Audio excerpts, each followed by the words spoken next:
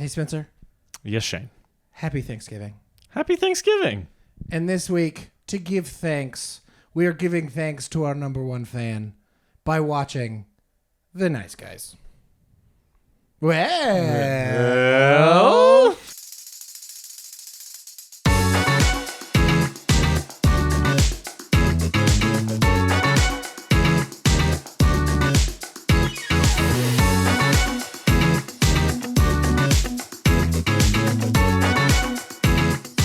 Hey, we're watching the Nice Guys, which we've seen. I've seen 7 or 8 times. I've seen 5 or 6. I've watched it a bunch, shown people. It's brilliant. The reason we're doing this and the reason we're giving thanks to our number one fan is I thought it would be funny because my brother texted me out of the blue once and he goes, "Hey, Jacob wants to know if a new episode's coming out this week." And I was like, he listens. Jacob is my little brother's good friend. I was like, he listens to the podcast? He's like, yeah, like a lot. Weird, right? Then he texted me again another time asking that for his friend Jacob. And I was like, you know what? Ask Jacob what movie he wants us to cover on the podcast. We will do literally anything. Yeah. And Jacob texted back, The Nice Guys and the Oceans Trilogy. Hell yeah. So the next couple episodes are going to be this. But yeah, so this Jacob, we are giving thanks to you. This is the kickoff to the Jacob, our one and only fan, film festival, which is great because we're covering a movie we both desperately love. Yeah. And then a series of movies that we have varying opinions on, and one that we heavily disagree on, and we'll get into that next time. Yeah. But I'm so deeply excited to talk about The Nice Guys. Yeah. Because as we've said a million times in theaters, this guy saw The Nice Guys in theaters, which is a real thing that I did. I think I still have my ticket stub. Which is amazing. I wish I kept all of my movie stubs from It doesn't happen anymore. Yeah. They're all digital, or they give you a little, like, it looks like just a receipt. There's no print on it or anything. So it's not as fun. I don't really do it anymore. But I do have my little, I have like a treasure chest box of years and years of them. Shout out to that one guy. There's a dude who interviews celebrities during press junkets, and he is such a wonderful interviewer.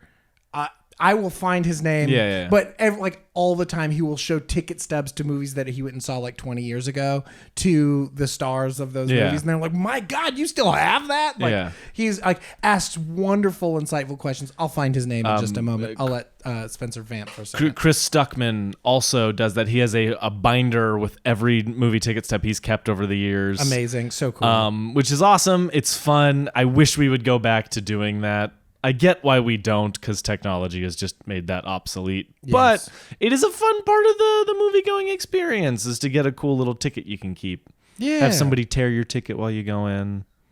Pretend you need it just in case you leave the theater, but you never really leave the theater. And that is it. That's all I have to vamp about. So, why don't you, while I'm still trying to find this, talk to me about your history with Shane Black. Oh, okay. Shane Black is fascinating. He has one of my favorite lines ever written in a screenplay, which was for Lethal Weapon, where he wrote, describing the villain's house. Yeah. He said, the house I would want, or the house I would buy if I was ever a successful screenwriter.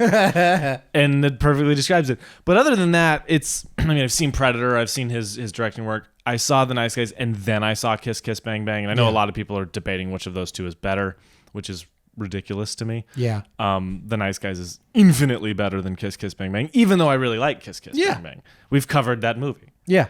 But yeah, that's kind of my history with them. I've seen all the Lethal Weapon movies. I don't have like a huge connection to Shane Black outside of The Nice Guys. Yeah.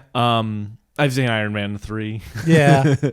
Which is funny that he directed that, but also it's a Shane Black movie. I would say it breaks the mold. Yeah. Anyway, what's your kind of the same, like I've seen and really, really appreciate Lethal Weapon. I've seen Last Action Hero. I've seen Last Action Hero. I forget. Yeah. I've seen obviously last year we talked about Kiss Kiss Bang Bang. It's just like I really, really, really liked that movie. I think it is absolutely imperfect, but in a lot of fun ways. Yeah. So certain things haven't aged well, and certain things have aged really well, I think. And yeah, like I have a great appreciation for Shane Black and what he does as a filmmaker.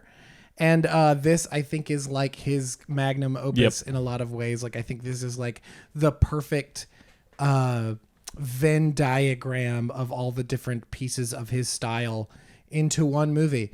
Kevin McCarthy was the interviewer that I was speaking about. I think he's a wonderful, wonderful interviewer.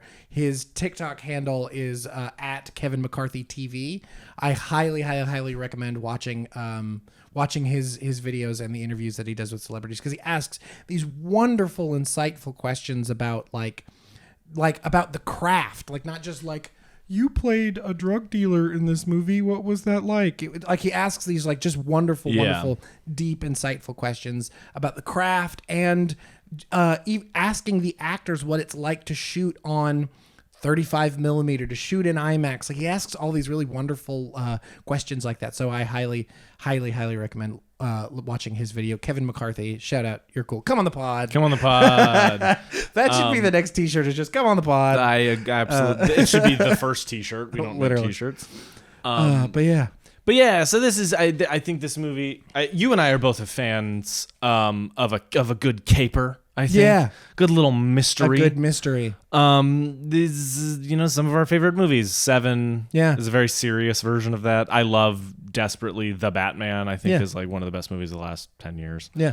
Knives Out, Glass Onion. I mean, we love a good caper. Yeah. And this is just a brilliant masterclass. Is a caper a robbery? I don't know. Is it? A caper's a robbery. Or is a caper just a general crime? I thought I think of a caper's a robbery. I don't care. It's a fun word. I'm using it. What do you want from me?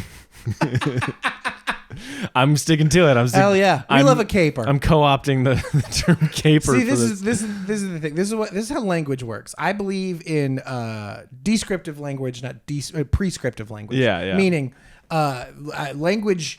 If I understand what you just said, that is correct communication. Yeah. Even if the grammar definition shows it as wrong, I effectively communicated. That's what's important. I believe that is descriptive communication of like, this is how people actually use language, versus like what prescriptive means like, this is how you should use language. And if you're like that, screw you. Yeah. I'm not dumb. No. Anyway, this movie was kind of tailor-made for us in a lot of ways.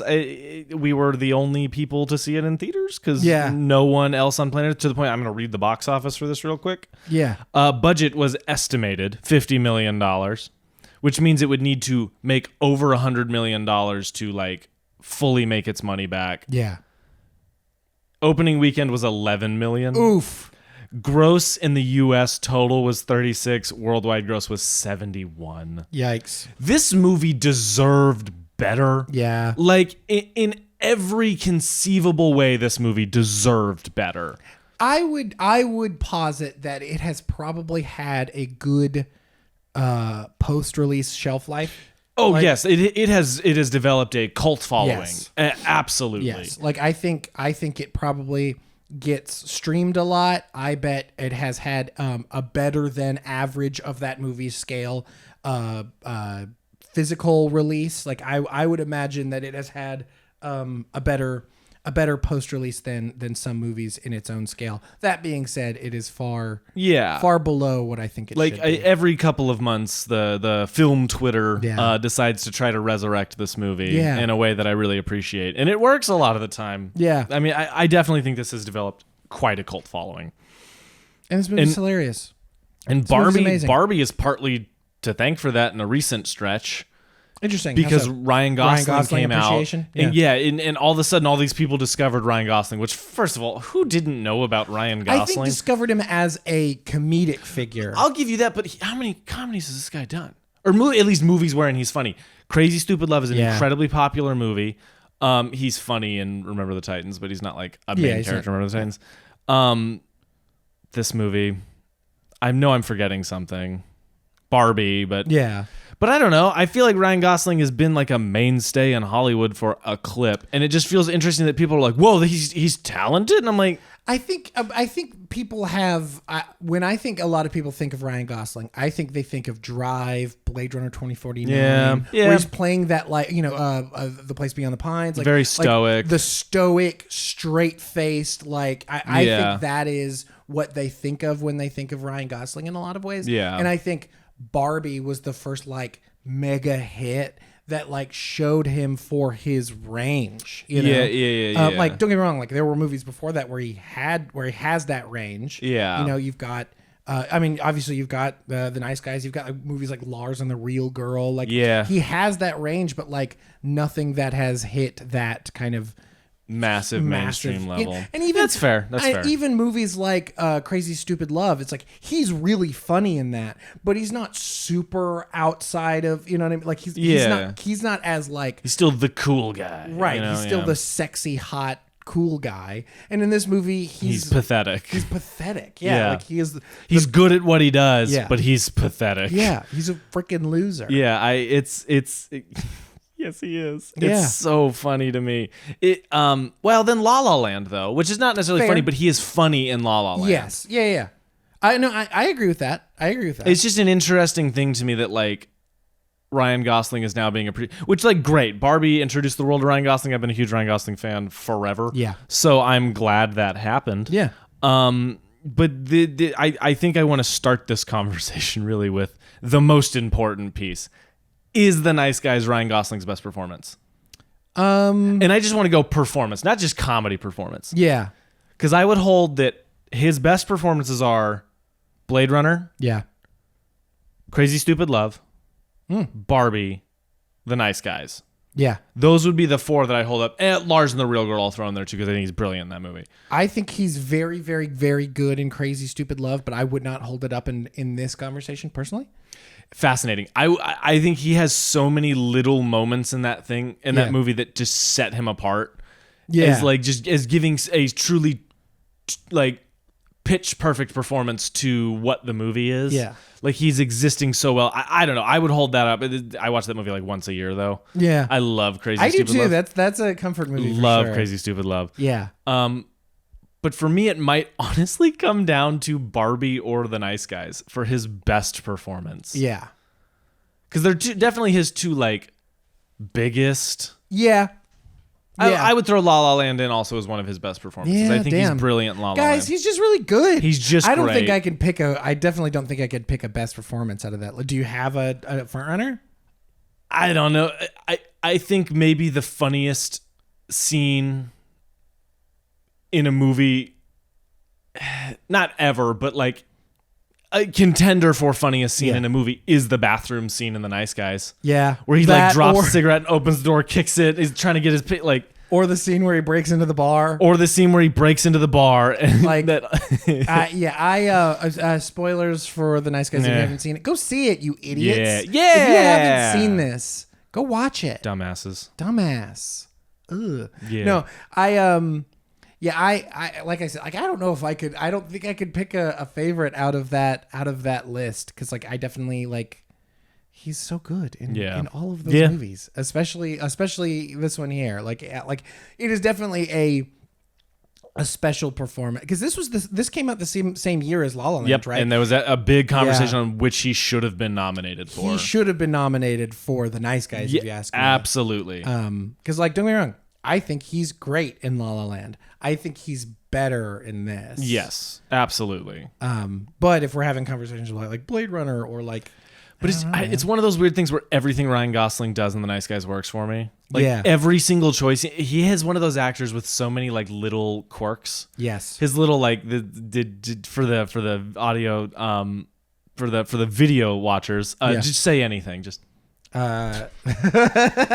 just does this little like jump startle thing that is so good, and then his double take. He double takes with his like with the best of them.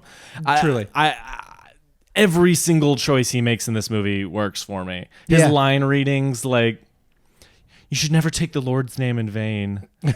Actually, Janet, I found it very useful. I found it very useful. I love it so much. Good. Yeah. I think Russell Crowe is great in this too. Great. I can you name another like comedy performance of his?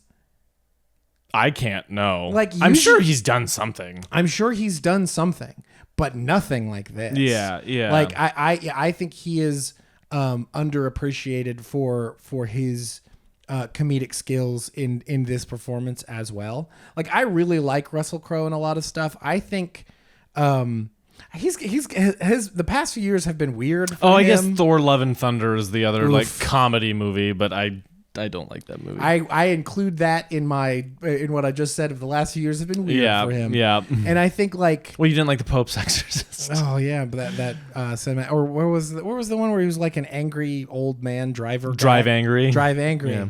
That wonderful I don't even know. I've heard people like that movie. I haven't even seen it. It just the trailers looked silly to me.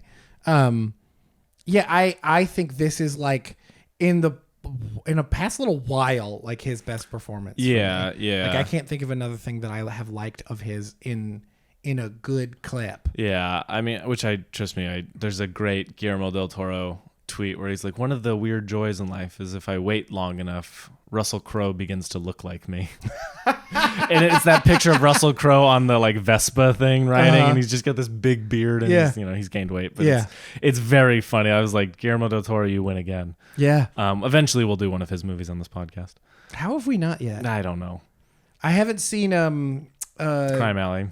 Maybe we'll do a little cropping of his movies. We'll do a couple. Nightmare Alley. Sorry, I was like, that's like Crime Alley's where Batman's parents were shot. Same thing, right? There's no difference. Anyway, back to The Nice Guys. I agree with you. I think Russell Crowe like shined in this, and I can't think of another thing that I've like loved him in since. Even before this, I think for a while he hadn't really done a ton, because he kind of like. Did he win the Oscar for Gladiator? I believe he won the Oscar for Gladiator, which is like, that's fine. I think he's very good in Gladiator. Gladiator is a great movie. Yeah. But anyway, I think these two came together and understood the assignment. I think everyone in this movie understood the assignment. The daughter is so good. Yeah. She's so good. She's hilarious. She's also in the Spider-Man movies, the new Tom Holland ones. Yeah. I was like, all right, good for you. And an episode of Black Mirror. The one with Miley Cyrus. I believe anything you say. Yeah, she's in that one. She's like the main character in that one, which is super cool.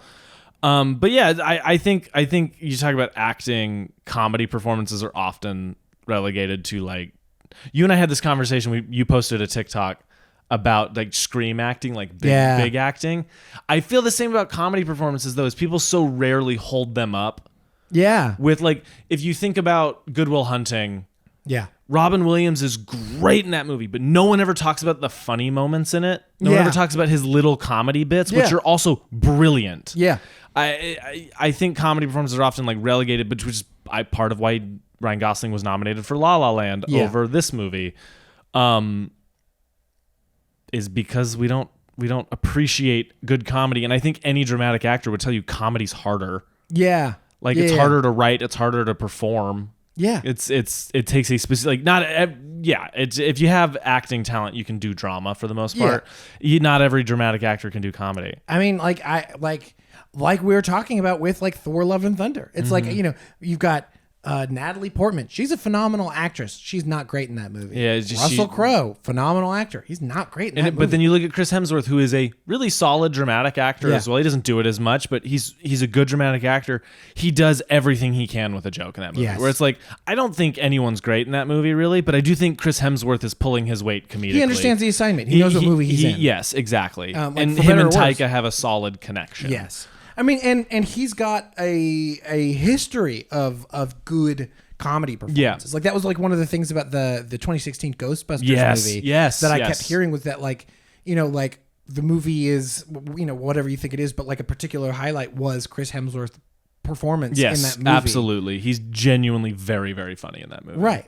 So it's like I think you have those actors that can get kind of fight above their weight when it comes to comedy performances, but I completely agree that they're not heralded in the same way because it's not the scream act. Yeah, punching glass and screaming and which, like, don't get me wrong, that also takes a considerable amount of talent. But it's like you watch a movie I love is Prisoners with Jake Gyllenhaal. Yeah. There's like a scene in that where he's like smashing stuff, but he's not like screaming. Yeah. You know what I mean? He like has this burst of physicality and then he just stops. Yeah. You know what I mean? And it's like, that is so interesting to me. He's got so many moments of that where he's just like quietly blinking. Yeah. And you're like, whoa, this is such a good performance. I think those types of performances, as well as comedy performances, need to be heralded more. And I think The Nice Guys is a great example of that, because both of our leads are giving great emotional performances. Yeah. Like, honestly, the scene when he looks down, there's the running gag in The Nice Guys with you will never be happy in the end, never is smudged. It's like, it's funny. It's a bit, but it's actually emotional. I mean, the scene where Russell Crowe's describing the diner, the incident in the diner. Like, I think that scene, like where he's like funny and silly a lot of the rest of the time, and then we have that like one moment of like genuine, like, heartfelt, like he isn't just like made out of stone. Like that totally works for me, and so much of that is Russell Crowe's performance. Yeah, another scene I think of is the scene when they're in the bar at the airport hotel, and they're just like,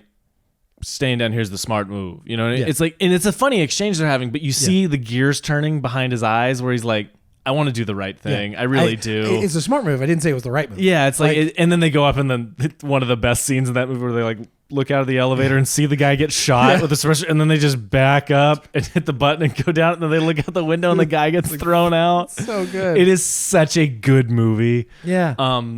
Because Shane Black post this did like a Predator movie that wasn't anything special, I don't think, and then nothing. Where he been? He's kind of been doing. Where you at, Shane? Nothing. From one Shane to another. Where have you been? Come on, we need you. We're running out of Shanes here. It's a fascinating thing that this industry, what happens whenever you have a movie kind of bomb, and then another movie kind of bomb after it, where it just is like, you kind of get shut out. I'm sure he's been doing some writing on things and maybe whatever, but it does bum me out that this didn't do well. Now, we talked a little bit about this after we watched the movie. Do you think there's a budgetary number and a like streaming platform that you could do another Nice Guys now? Like, all these years later with all this fan base, like, what do you think it would take to make that happen? I mean, I would argue that any normal streaming service could take that risk, you know what I mean? Where it's like, I think like we're talking, I think it has that kind of cult following. It's I guess finding the right budget, because like we see these action comedies on Netflix like every other month. Yeah. You know what I mean? You've got your Red Notice, you've got your Six Underground, you've got what's the one with Jamie Foxx? Fright Night or whatever. Day Shift. Day Shift. It's like I feel like we get one of these a month on Netflix or Hulu. I think a great example is Glass Onion. Yeah. Like, Glass Onion could have been a box office smash hit if they had let it run for more than a couple of days. Yeah. You know what I mean? And I think you give it to an HBO. Yeah. You know, Max, whatever. Not that I want them to do anything, because I hate David Zaslav, but I think you give it to someone like them. Yeah. Have them make it and do a like 2 or 3 week theatrical run, kind of targeted. Yeah. You know what I mean? Not just a wide release, but you get it targeted. So it plays everywhere, but there's just maybe limited theaters everywhere you can see it. And then put it on HBO. Yeah. I think there is an absolute market for this movie to come back and be another thing. I could see a world where you do a miniseries or something like that. Yeah. I think that would be sick. Absolutely. Like, you know, like a little, like a 6-episode HBO miniseries. I legitimately would love that. Yeah. Now, would Gosling do it? Would Russell Crowe do it? I don't know that they've ever done TV since they blew up. I know Gosling did back in the day, but but I don't think that's changed now. I mean, you have Pedro Pascal leading a major show. You have all these people. Kate Winslet. You have especially if we're talking about HBO or something like that has that prestige behind it. I don't think the TV versus film world becomes a time commitment too, which is and Ryan Gosling is booked, arguably the most in-demand actor on planet Earth right now. Probably like in the top 5 behind at least. Behind Pedro Pascal, who is apparently playing Mr. Fantastic, but whatever, still hasn't been confirmed. Yeah. Circling the role is how it's described. Okay, yeah. I'm down for that, by the way. I think that's a weird cat. He's too likable to play Reed Richards, but whatever. That's not what we're talking about. Interesting. Reed Richards in the comics is supposed to be like an aloof kind of a dick guy, but I think Pedro Pascal could play that. Oh yeah, I think he could. But I don't think that people they give him have credit. Pedro Pascal, they're going to let him be charismatic. Exactly. The same reason they cast John Krasinski in that little cameo, because fans wanted it so bad, and then he did it, and everyone was like, "Well, this isn't really Reed." Anyway, back to The Nice Guys. What are some of your thoughts on the plot? Like, does it ever jump into being a little confusing for you? Because I know sometimes mysteries you get like, wait, who are we looking for? Yeah. And I'm curious your thoughts on that, because I've seen it so many times now. I don't remember that first time. I agree. I remember being lost in the plot the first time I watched it. I remember that feeling. Because there's a little bit of said, like, it's like I think in a good way, in a way that they are also confused. It's the moment where they're set on the wild goose chase with the money, where they're dropping the money. Yes. And he has the weird bee dream. Yeah. It's like, that's the moment where I'm like, okay, what the fuck is happening? Who's working for who, and how is this all connected? Yeah. That's the point where you're like, okay, what, how, why? Yeah. But I still think, and like you said, like I have seen it a bunch of times since then. So now I'm very aware of everything that's happening and what's going on. Yeah. I would be interested to hear from somebody who is watching it for the first time. That would be, I think would have been an interesting thing to do on this episode. What they think. Yeah. Would be to see, like, put it in front of somebody who's never seen it and get their thoughts on it. Yeah. Yeah. Because like I do think it's like a little convoluted to its own detriment, but at the same time, like I think all the loose ends are tied up by the end of the movie. I think they tie up, and I also think this movie is very, based on the ending, which again we said spoilers, but they accomplish nothing. Yeah. Like they get this out there and it does nothing and means nothing and whatever, right? This is very much like it's about the journey, not the destination. It's like The Big Short. Yeah. Almost. Where it's like they did, the people on top made this horrible thing possible, and yet they get to walk. You know? Yeah, well, legitimately. I mean, it's the emotional stakes of the movie all ultimately come down to a father making his daughter proud and a bad man doing a good thing. Yeah, like that's it. That's the change that happens in this movie, and I love that. I love tiny stakes. You know what I mean? Doing one good thing. Yeah, like legitimately, like he did one good thing months ago. Yeah. When was the last time you were on national news? February. Yeah. What? That's such a good bit. Yeah. This movie also has a couple of those like just cutaway gags. Yeah. Where it's like where he's talking about his wife leaving him, and it cuts like a freaking like a Family Guy sketch. Yeah. Like out of nowhere, it cuts to the dinner. Like those feel really out of place, but damn it if they aren't hilarious every time. It also is one of the greatest, and I will hold this up as one of the greatest throwaway jokes in a movie. Yeah. Is when he's walking down, he's like, "Nah, we got it, buddy. How'd you know my name was Buddy?" And then cut to the next scene. It's so good. So good. That's just one of those things where it's like you wrote it in the script and you're like, I'm keeping that no matter who gives me any notes. I'm like, I will fight tooth and nail to keep that in the movie. The other gag I love is when he's like, I think I'm invincible. Yeah. I don't think I can die. Yeah. And the whole movie you're watching and you're like, he might be right. Like, it is just a brilliant, you talk great mini bosses in the movie too. Great mini bosses. Keith David in there. Keith David, freaking Matt Bomer. Matt Bomer. Is he the one who is he? John Boy. Yeah. He's great in it. The other. Oh shoot. The blue face fella. The blue face fella. Yeah. When he's trying to wash it off, and he's like, that doesn't come out right. Yeah. It's the Yoo-hoo joke is really funny, where he's like, I haven't had one of these in about 20 years. He shakes it, and then hard cut to him walking into the house with a whole case of them. Yeah. It is so brilliant. Oh, this is what it was. I like a movie where your main characters aren't necessarily good people. Yeah. They're not like, there's a version of this exact same plot where both of these guys are deeply unlikable. Yes. You know what I mean? Like Ryan Gosling, as we said before, is pathetic and also a really bad dude. Yeah. You know what I mean? Like he's like selfish and taking money from these like borderline helpless people. Yes. You know? Yes. The old lady, yeah. Yeah. He's like, get paid twice. What do you mean? We'll just call her back and get paid by me, get paid by her. And he's like, interesting. Interesting. The daughter's also funny. She's like, how much would you charge me to beat up my friend Janet? And he's like kind of taking it seriously. Oh, he's very taking it seriously. He's like, what'd she do? Yeah. It's so good. I mean, like, and the thing that gets me every time is the fact that she's like 12 or 13 years old and she drives him around everywhere. Yeah. That's my favorite shit. It's like, it's so a small thing, but it makes me laugh every time. We would have been on time. We stopped at a bar. You know what I mean? Oh, another favorite gag of mine is when he's like, it's not an airport.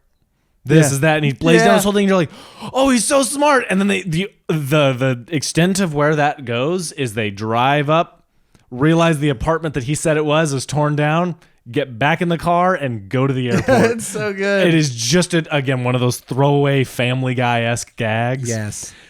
But it's brilliant. Yeah. I mean, I like a movie when your protagonists aren't exactly good people. Yeah. When they do things that you're like, I do not agree with what you're doing here. But Yeah. you still find something to get there. Yeah. And this is definitely a positive change arc for both of them, I think. Yeah. I mean, both of them kind of get their shit together and both of them do a single good thing or make their daughter proud. You know what I mean? Right. I think it's an underrated thing that doesn't happen enough anymore. Yeah. Because people are too afraid of media literacy is dead. Yeah. So people can't understand that, not everyone's perfect. Yeah. It kind of drives me. I mean, like you think of, it's just taking an incredibly popular thing. You think of something like Iron Man. Yeah.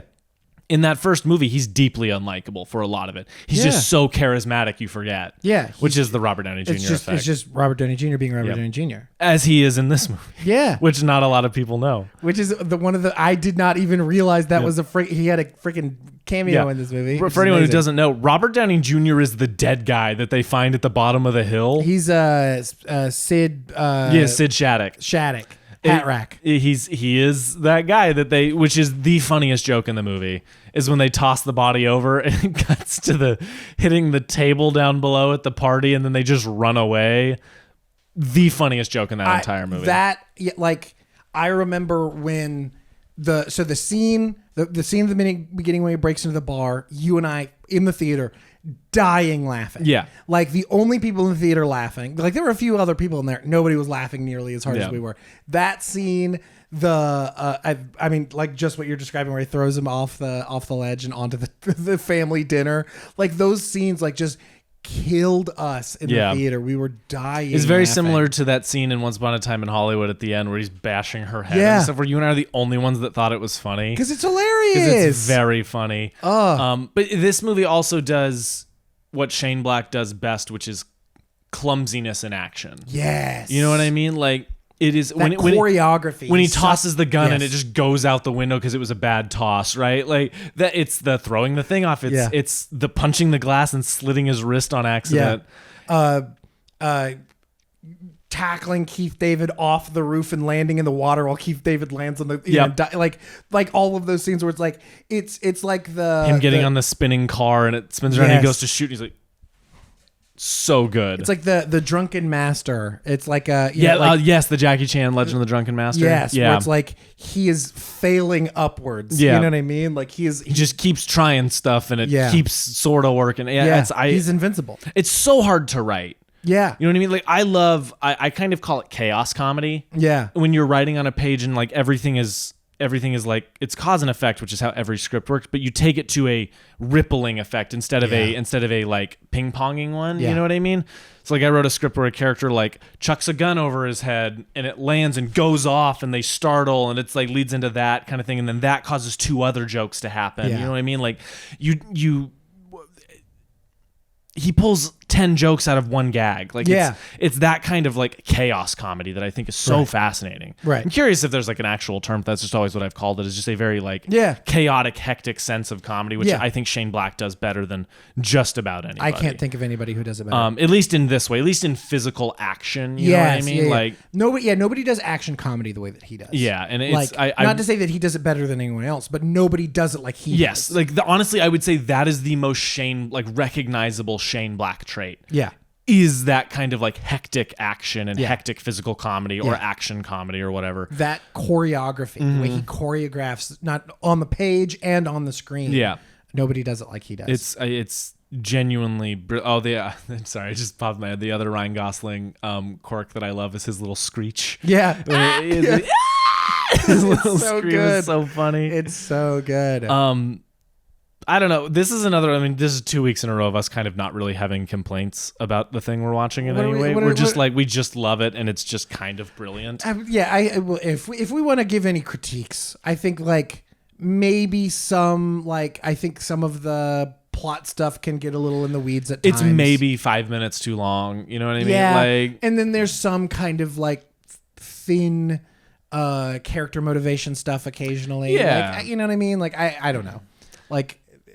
But all of any flaw is overshadowed by how well the script works. Like it's if you went into this movie wanting a like hard-boiled detective story, you went into the wrong movie. Yeah. If you went in wanting a Shane Black comedy, and I'm using the word black comedy specifically, you came to the right place. Yeah, because I remember it getting good reviews when it came out. That's one of the other crazy parts is like it didn't come out and people didn't get it at the time. Yeah. It came out and people understood it and thought it was good, but just nobody went and saw it. Yeah. Which, like, I guarantee if it came out now in a post-Barbie world, Ryan Gosling had drawn a crowd for it. But at the same time, could they have afforded him?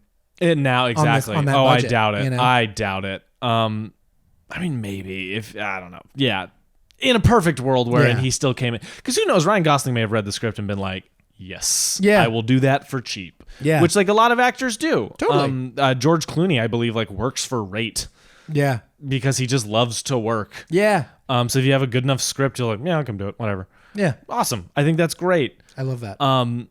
But yeah, I don't know. This movie is just kind of pitch perfect. Yeah. In every way. I think even with it being like a little long in the tooth, I think its pacing is great. Its structure is great. I think it looks really good too. Yeah, like I wouldn't describe its cinematography as like super standout. No. But I think it looks really good. There's some really good camera moves. There's some really good like production design. Yes. Yeah, I think there's a lot of great choreography with the camera. Yeah. When he's running and just knocking those people into the pool, and it just lets it play in a wide. Yeah. But a wide of everything you're looking at being really amazing. I mean, you pointed out when we watched it this time was Ryan Gosling's introductory shot where it's him in the bathtub and you just see his head and then the camera booms up, and then you see him in the suit in the water. Yeah, it's like you think he's just sleeping in a tub because that's the joke we've seen before. Yeah. And when it booms up, it reveals he's like in a full bathtub. Yeah. So funny. So good. Such a good camera. Also, just a brilliant character introduction. Yes. How does the narration work for you? Works for me. I have never been one to. I have never hated narration as I feel like many people do. Yeah, I agree with you. I think when it's used correctly, it's like the Fight Club, and very recently The Killer, David Fincher's new movie. I think has great narration. It works for me. I think it works better in this movie than it did in Kiss Kiss Bang Bang. Even though Kiss Kiss Bang Bang is more integrated into what the story is, I think it works better. This movie lends itself to it more though because it goes back to that like hard-boiled detective. Like it's the style of the era too that we're watching, right? Like that movie kind of shoehorns it in with this weird end thing that doesn't quite work. I feel like they drop it at a certain point and kind of forget that they were doing it. Yeah. But I don't know. It's still, it worked for me in the beginning. But that happens in, I think, The Batman. The Batman has an opening 15, 20 minutes where he's narrating stuff, and then that goes away until the end when it pops back up for his last little coda of it. Yeah. And it works brilliantly. And again, I will say the Batman works because it's a comic book, and comic books exist in characters' inner dialogue. Yeah. And I think in The Nice Guys, versus Kiss Kiss Bang Bang, The Nice Guys, it works because it's more of a hard-boiled detective story. It doesn't need a reason to do it. It's just doing it because that's a stylistic choice. Yeah. And I think it works because of that. Yeah. And it's like not necessarily funny dialogue, but it does tee up jokes and stuff. It's like he's using both for each other. Yeah. And I think that's really good. I think you could make a sequel to this. I think you can make it a tiny bit cheaper by having just fewer exteriors. Like I think just that, like just less driving would be enough to make this movie cheaper. You know? And like I think you could make a people in rooms talking and fighting version of this movie, and it would be great. Have like one outdoor sequence, or reuse the same like stage that you can build an outdoor on. You know what I mean? Like a small one, and reuse that location a couple of times. I think there's a version of this movie that is cheaper and still great. Yes, absolutely. And like I don't and so then like I don't, again, like, I think this movie, they make a version of this exact movie, like this type of movie, this vehicle for these actors, this comedy action thing, every other month on Netflix and, and Hulu and HBO or on Max. Yeah. Like they make versions of this movie all of the time on all of these streaming services, and they do it for way more expensive, and that don't have even any kind of fan base yet outside of the fact that it's starring Ryan Gosling, or The Rock, or Kevin Hart, you know, like I think like that's the thing is like you need another vehicle for it. Like Ryan Gosling isn't enough. Throw a Kevin Hart in as a tertiary character or as the bad guy. Yeah, you know what I mean. Maybe not Kevin Hart, but throw in a somebody bankable like actor that. like that. You know, I think at this point you throw in Robert Downey Jr. Yeah. Oh yeah. Who can absolutely hang in a Shane Black movie. He's done it twice, 3 times if you count this, but this is different. Throw RDJ as the bad guy. Yes. The return of Kid Shattuck. Like. Yeah. Yeah. That would be sick. The body, that wasn't Kid Shattuck. That was a body double. Yeah. Why not? Sid Shattuck. I keep saying Sid Shattuck. Yeah. Go for it. I'm super, you know what I mean? Like, I think there's a lot you can do with these characters in this world and have a ton of fun with it and just make a fun action comedy. That being said, the reason this works so well and the reason everyone talks about a sequel is not because it sets up a sequel. No. It sets up the idea of what a sequel could be. Yeah. But it ends fully like closing the book. Like you could walk away from this and be good, which is how great movies should be. Yeah. I just want to see these characters play again. Exactly. You know like, I mean? that is what we want. We just want more time with them. We're not waiting to hear how the story ends. No. We just want the next bit. It's just like Glass Onion. Yeah. Glass Onion, we just wanted to see more of Benoit. Yeah. Solving mysteries. Yeah. And Glass Onion delivers, and I'm very excited for the next one. Yeah. I love this movie. I love this movie too. One of the most rewatchable movies I can think of in recent years. Like I could watch this once a year. You know what I mean? I don't typically because sometimes I'm just like... I watch it a lot. I watched it maybe 14, 16 months ago. I watched it a lot. Yeah. I last time I watched it, I showed it to some people a couple years ago. I said, I think it was like sick or in a bad mood or something. I was like, fuck it. It's the nice guys. Yeah. Fuck it. We Moneyball. What's the word? Learn. What did we learn? Lessons? Lessons. Thank you. I'm smart. I know words. He's got it now. I know words good. You go first. Me go first? Yeah. I think it's mostly what I talked about up front is your characters can be bad people and also likable. I think legitimately I think both of these characters are bad people, but I love them both. I think both of them are fascinating. I think that is kind of a forgotten thing. Like we forget, just again, keep bringing it back to like popular like stuff that's mainstream, Batman is an unlikable character who's a distant father and bad son and all of these things. Yeah. But we love Batman. Yeah. You know what I mean? It's like Spider-Man is the opposite of that. Spider-Man's like kind of the pitch perfect guy and all this stuff, and that works. But sometimes you need a hardened guy who does bad things. Yeah. But he just kind of wants to be a little better. Yeah. He's not trying to be a perfect human. He says one good thing. Yeah. That's all he wants to do. Yeah. I think that's something I want to like look at more because I feel like a lot of my writing tends to have the protagonist not necessarily be in the wrong about stuff. Yeah. They're more of a traditional protagonist trying to do the right thing or achieve a goal. They're not dirtied in any way. Yeah. And then like my dream project, the thing I want to work on more than anything is very much not that. It's very much a very bad person trying to do a bad thing who stumbles in a situation where he can do a lot of good. Yeah. And it's whether or not he does it or why he does it or, it's that. Yeah. So it's like I want to play in that space more. I want to watch more modern day movies because like that was like the 70s. You know what I mean? Yeah. Like that's the type of protagonist we got in the 70s. Yeah. I want a resurgence of that, of the morally gray character. Yeah. And I'm sure people will, there's a million examples you can come up with, but I want more of it. Yeah. I want more adult oriented movies like this. And part of the reason that this is so good is its characters. Yeah. And I don't think you can just take the detectives who are a little silly. It's like, no, they're kind of bad people. Yeah. Like that's a part of it. Yes. And I want more of that. And I think that's something amongst a million things to study in this. I think that's something big to study from a character perspective. I agree. Anyway, that's my lesson. I agree wholeheartedly. I don't think I have anything better than that or different from that, legitimately.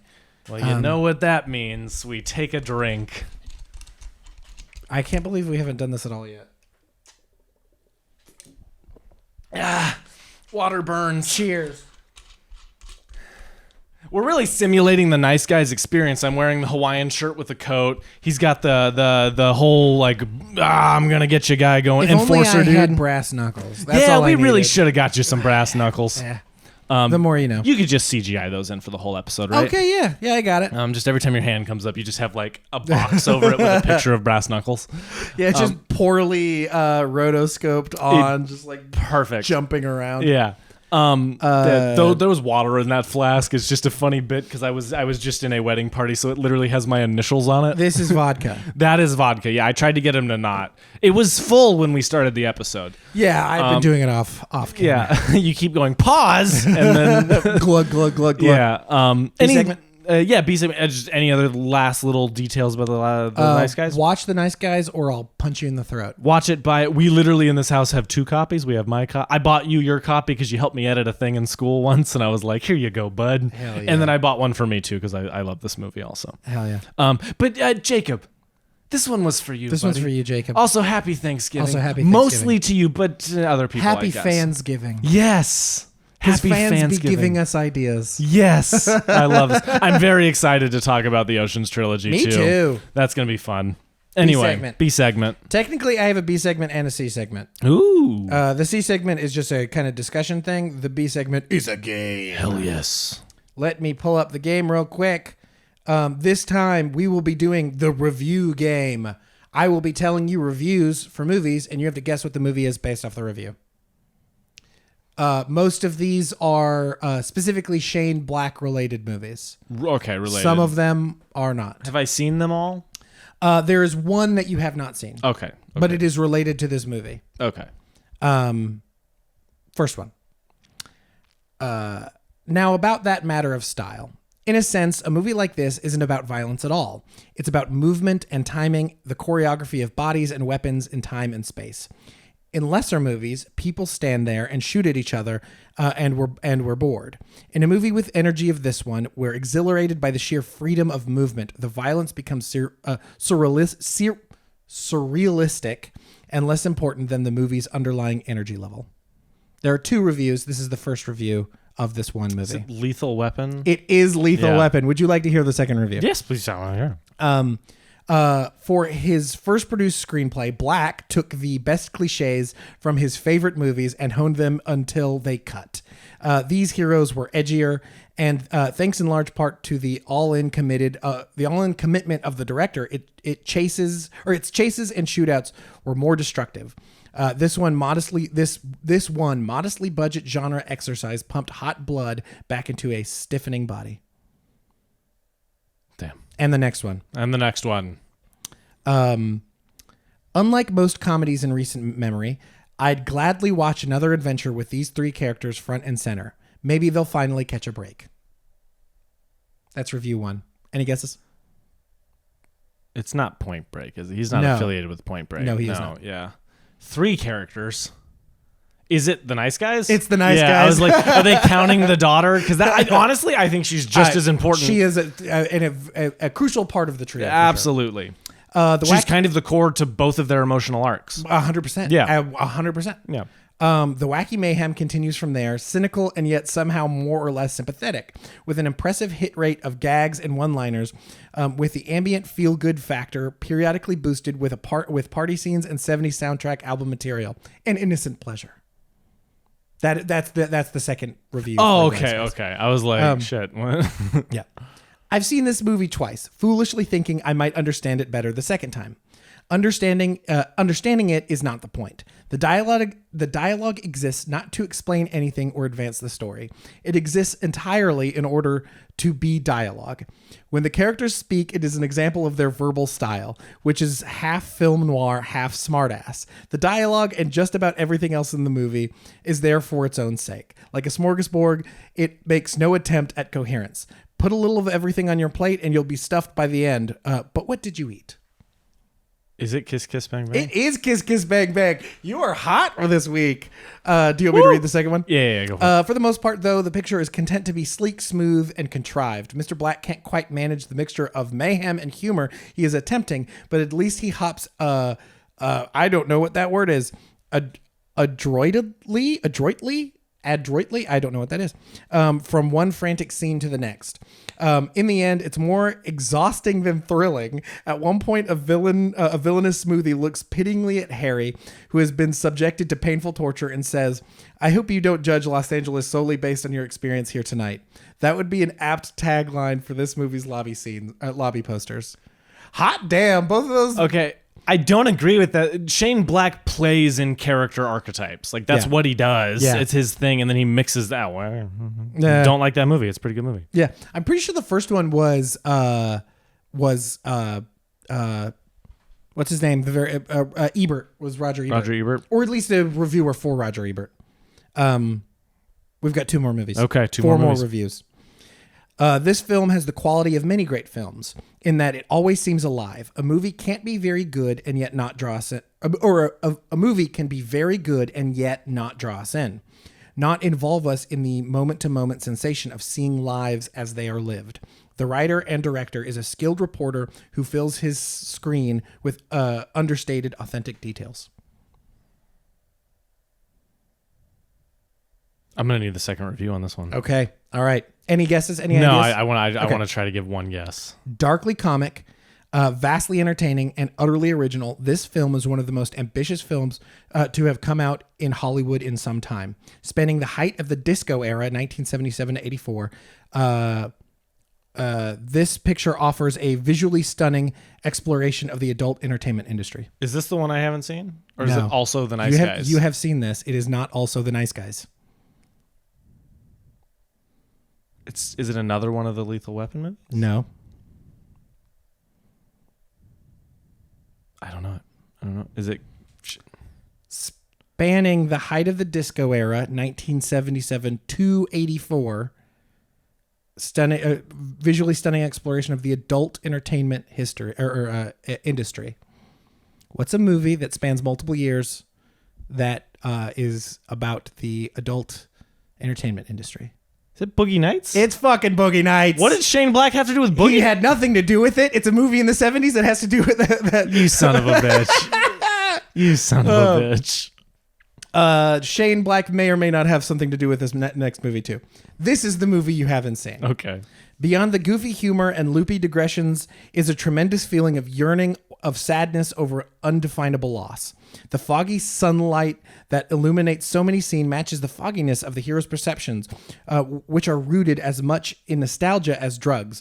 Nostalgia itself, a kind of drug. Nearly every major character is haunted by roads not taken or less traveled, by loves not pursued, days not seized.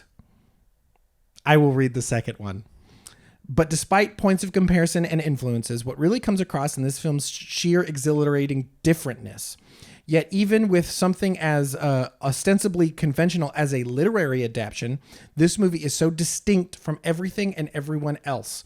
And watching it is like encountering a higher order of filmmaking, more advanced and evolved. The mystery of Doc's love life, or lost love, has a freaky power, but also delicacy, melancholy, and charm. I can't wait to see it again.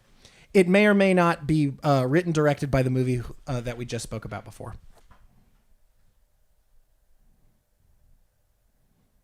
Is it Magnolia? Is that the? No, it is not Magnolia, but you're on the right track. Okay. It's a movie I've seen and no one else on this planet has seen. Inherent Vice? Yes. Okay. It's an Inherent Vice, a movie that takes place in the 70s, is also like a crime mystery, or a cop. Private detective mystery movie. Okay. That movie's wild. I saw it in theaters. I'm one of like 3 people to do so. And I don't remember most of it. I need to watch it again. Yeah. I remember not enjoying it, but that was in a different time in my life. Damn. So yeah. That's the game. You did incredibly well. Up front, I was killing it, everybody. Okay, it was the 2 curveballs that you struggled with. I was like, I don't fucking know. The second one, like the reviews for Inherent Vice were not specific at all. Yeah. Like you said Doc, and I was like, I still don't fucking know. I was trying to throw details with the fact that it's an adaptation, which I don't know if you knew or not. I did not. Anyways, I was like, I feel like if I threw in Joaquin Phoenix, like a review with Joaquin Phoenix or Paul Thomas Anderson, you'd get it instantly. Yeah. But yeah, so that's the B segment. Here's the C segment: Thanksgiving movies. Any particular favorite Thanksgiving movies? There are none. There are none. I still, I know there's been kind of a like, not revisionist, but like not revisionist. Sorry, that's not the word I'm trying to say. There's been a like, it has fallen out in recent years for Planes, Trains, and Automobiles. Yeah. But I still think that's a funny movie. I watched that for the first time just like a week or two ago. I didn't care for it. And that they literally, I have no defense. I just kind of think that movie is funny. I really wish, honestly think that movie's been overhyped my entire life. Yeah. Which I think is funny. It has always been like heralded as the classic best Thanksgiving movie. But I think it's because there's not a lot of others. Because there's not, the competition I would say is weak. I am excited for Thanksgiving. Yeah. Which I'll probably have seen by the time this comes out. Yeah. But I've heard that is a bucket of fun. Yeah, it looks fun. So I'm excited to see that one. Scream, but with a pilgrim guy. I'm down. Like, cool, into it. Cool.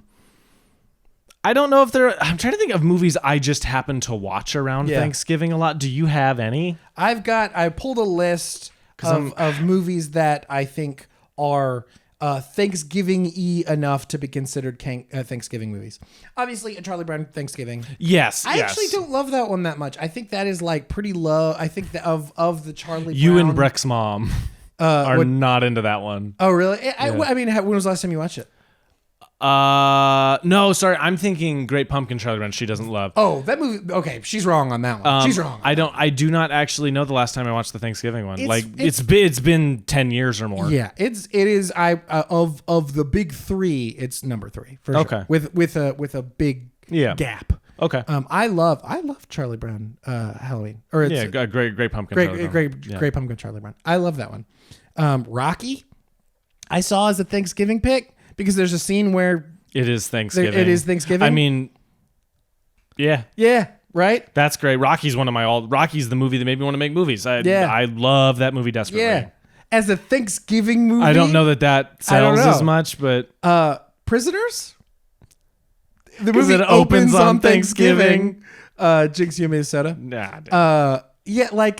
Great movie. Yeah. Great movie. Yeah. Thanksgiving movie? I don't know. Fantastic Mr. Fox.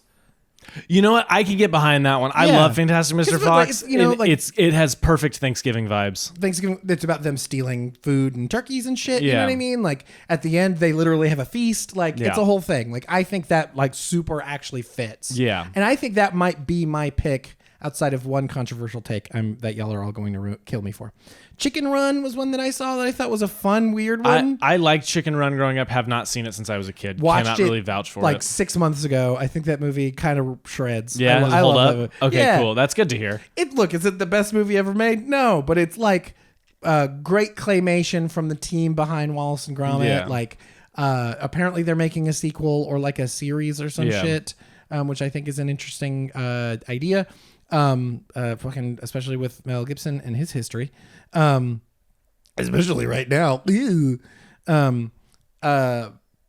You've Got Mail was one on there. It was I feel like that's just more like fall vibes than anything. I think there may or may not be a Thanksgiving scene in that movie. Yeah. I love that movie desperately. Thanksgiving movie? I don't know. Knives Out. Yeah. Perfect. Yeah. I love that one. I think that's a wonderful pick for a isn't a Thanksgiving but Thanksgiving movie. Yeah. You know what I mean? Because it's about a family all wanting to kill each other. If that doesn't get you the whole, that's like my Spencer take. If that isn't Thanksgiving, I don't know what is. Yeah. Miracle on 34th Street. I think that's an interesting one. I think that's a good one to watch on Thanksgiving, honestly, because it starts off with the Thanksgiving Day parade and gets you all the way through to Christmas Day. Yeah. I actually really like that idea. Because Miracle on 34th Street is my favorite. I'm not saying it's the best. It's my favorite Christmas movie. Yeah. There's only one other correct answer in that. The Big Chill. This is not a movie I've seen. Never seen it. This is a movie that I've been recommended by my boss a billion times because he loves that movie. And his description feels like it would feel very good on Thanksgiving. Yeah. Because it's about a group of friends coming and meeting and hanging out and being with each other around the funeral of one of their friends. Yeah. And so it's just them like being together, like finding, regaining that kinship that they had when they were younger. I really like that idea. I think that would probably be a very good Thanksgiving movie.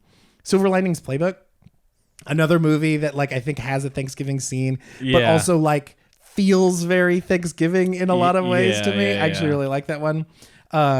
Two quick ones. Dan in Real Life. That's a movie I've seen Dan in Real Life. I've seen it too. I can't remember it very well, and I remember really liking it when I did watch it. Yeah, it's pretty good. It's pretty good. And then The Witch, which like it's just like pilgrims and shit.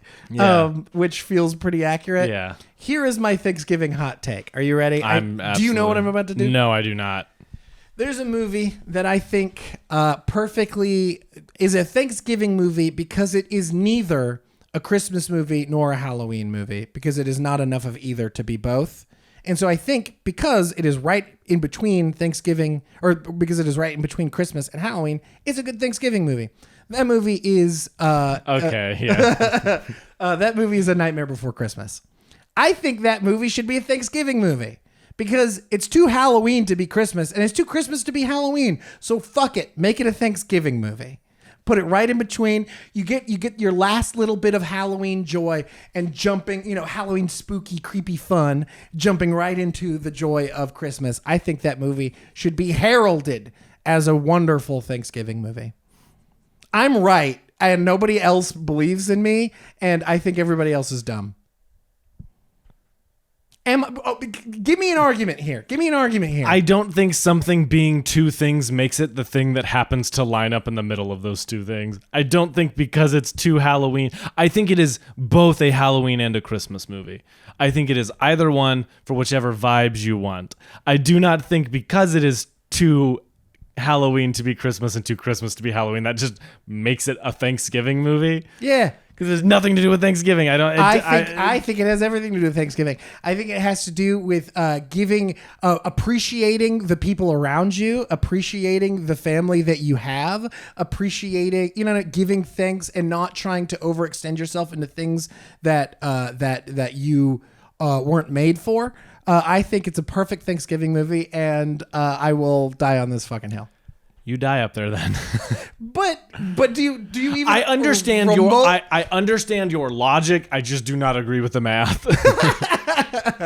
I think you're running in theoretical areas that neither of us understand. I think it kind of fits in a similar path as like Miracle on 34th Street, where it's like it takes place from Thanksgiving to Christmas, so it like can launch you into those Christmas vibes. Sure. I think this one's like it's taking the dregs of Halloween and jumping over into Christmasness. Yeah. I think, you know what I mean? Because like I think for many people they still want to hold on to a little bit of those Halloween vibes for longer than we are allowed to. Well, yeah, that's why they make that's why Thanksgiving's coming out, because it's going to be a Thanksgiving-based horror movie. That's why there are horror-based Christmas movies. It's, Black Christmas. It's, Anyways, for the people who didn't watch Nightmare on Christmas on Halloween, watch it this year for Thanksgiving. You'll enjoy yourself. You'll get to have those last bit. You'll get to cling to Halloween for a little bit longer and launch right into Thanksgiving, or launch right into Christmas. Because, there's no good Thanksgiving movies anyways. So might as well just propel yourself there. Recommendations. I'm going to go first. I'm recommending a video game. Oh, shit. Marvel's Spider-Man 2 for the PS5 is so good. The story is not quite as good as the first game, but the gameplay is so good it makes the first game almost unplayable. It advances the traversal system so much. It advances the combat so much. You go back and try to play the first one, you're gonna feel like a ton of bricks. Yeah, that game is so much fun. The first day or two I played it, I kept forgetting to play the story. I just swung around the city for 45 minutes and then was like, shit, I guess I should do stuff. It is so good. It is so good. I highly recommend Spider-Man 2. Yeah. I recommend Spider-Man 1 and Miles Morales to you because you haven't played those yet. Yeah. But definitely play Spider-Man 2. Buy it. I mean, everyone's playing it. It's like kind of the biggest game right now, but man, does it rule. Yeah. Anyway, that's my recommendation. Happy Thanksgiving. My recommendation would be Knives Out. Yeah. Knives Out. Great Thanksgiving movie. about family falling apart, which that just feels very Thanksgiving to me. Yep. And the fall vibes. Come on. Yeah. Come on. Good shit. And then also Kiss Kiss Bang Bang. Yeah. Shout out to Shane Black. I think that movie is underappreciated. I don't think it has aged super amazingly. But if you can get past some of that stuff, I think there's a lot to really, really, really like about that movie. And we mentioned it quite a bit on this podcast. So those are my 2 recommendations. Perfect. I'd also recommend rating and reviewing this podcast on whatever podcatcher you listen on, and follow the TikTok. We've been putting a lot of work into the TikTok. So go follow us there, repost, comment, like, share with your friends. I mean, yeah, like the TikTok has been fun. We've just been playing around with a bunch of different. I did a rant on movies that are no longer on streaming services. Yeah. That just don't exist anymore. Yeah. You had several good ones on Darth Vader edits. Yeah. Yeah. We've been having fun over there, just doing some stuff. Share it, like it, repost it, favorite it, whatever. I don't have a TikTok for myself other than the one I use to like share this stuff. Yeah. But I think we're having a lot of fun over there. Yeah. But also just follow us on everything. Review us on Spotify and Apple. Yep. All that stuff. Tell your friends. We're kind of funny sometimes. Yeah. Shout out Jacob. Shout out Jacob. Yeah. This one and next one is for you. Yes. I cannot wait to talk about Oceans. This is the formal announcement. Next week's episode is the Oceans Trilogy. I think, which is important. I mean, maybe we could throw in Oceans 8, but if we have time, we'll throw in Oceans 8. Maybe that could be B segment or something. Maybe it'll like be B segment. I think you and I will have quite a bit to talk about with the Oceans Trilogy. We'll have a lot to talk about with one specific. With one specific one, yes. So I'm very excited to do that. Jacob picked 2 great movies for us to watch and cover. 2 revisited. Well, technically 4. 4. Well, he just texted me Oceans 11, and I was like, "We're doing all 3. We're doing the trilogy. Just for you." We've had a long-standing discussion on one of those movies. Yeah. So very excited. So now you got a ton of stuff. You got homework for next week. Share this, review it, tell all your friends, watch a bunch of movies. We do this every other week. It's very fun. So do all that, or don't. I don't know. Live your life.